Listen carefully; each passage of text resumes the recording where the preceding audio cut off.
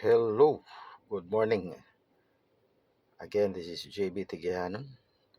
Basic concept muna tayo, reviewin lang natin as we go further dito po sa Derek Carrett.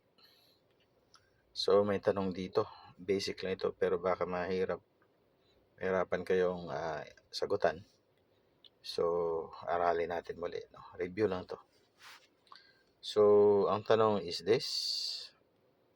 Find the current in a conductor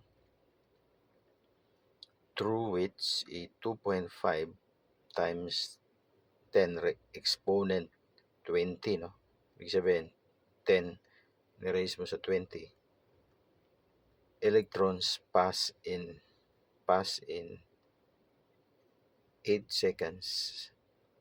If the charge of an electron is approximately 1.6 times 10 raised mo sa negative 19 coulomb, ano daw yung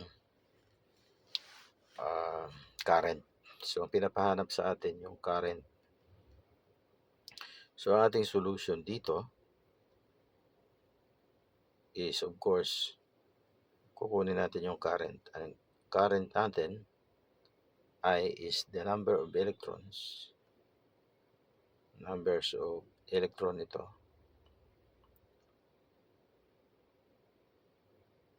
Number of electrons. Okay.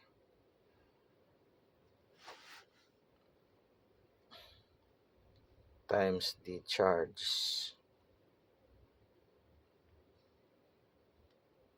on electron.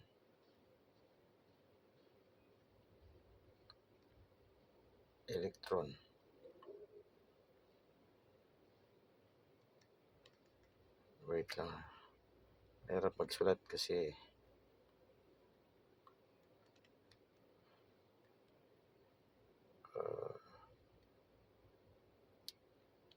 charge po ito. Charge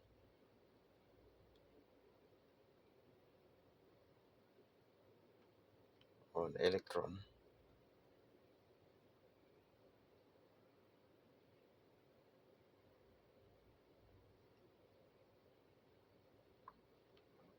in coulomb yan over time.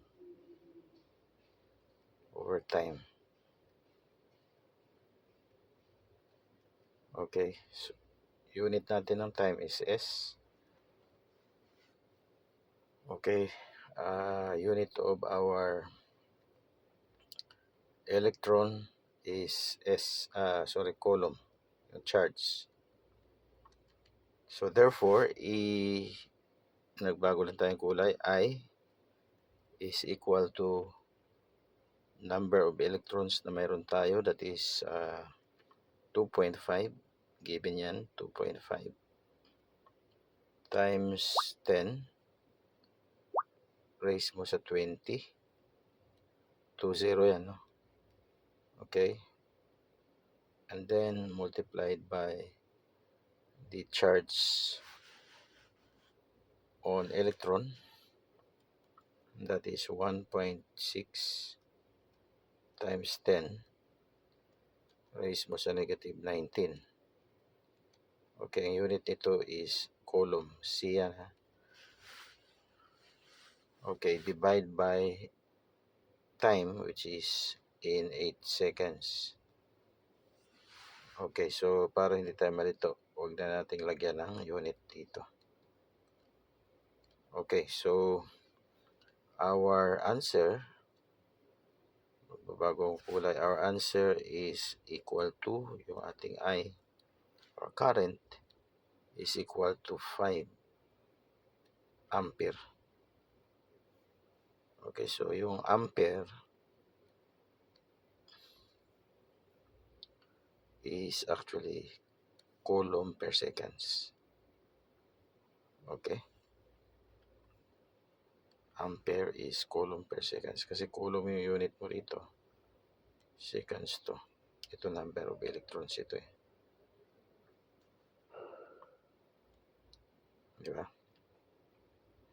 So 5 amperes ang sagot. Yun lang po. Thanks. Bye.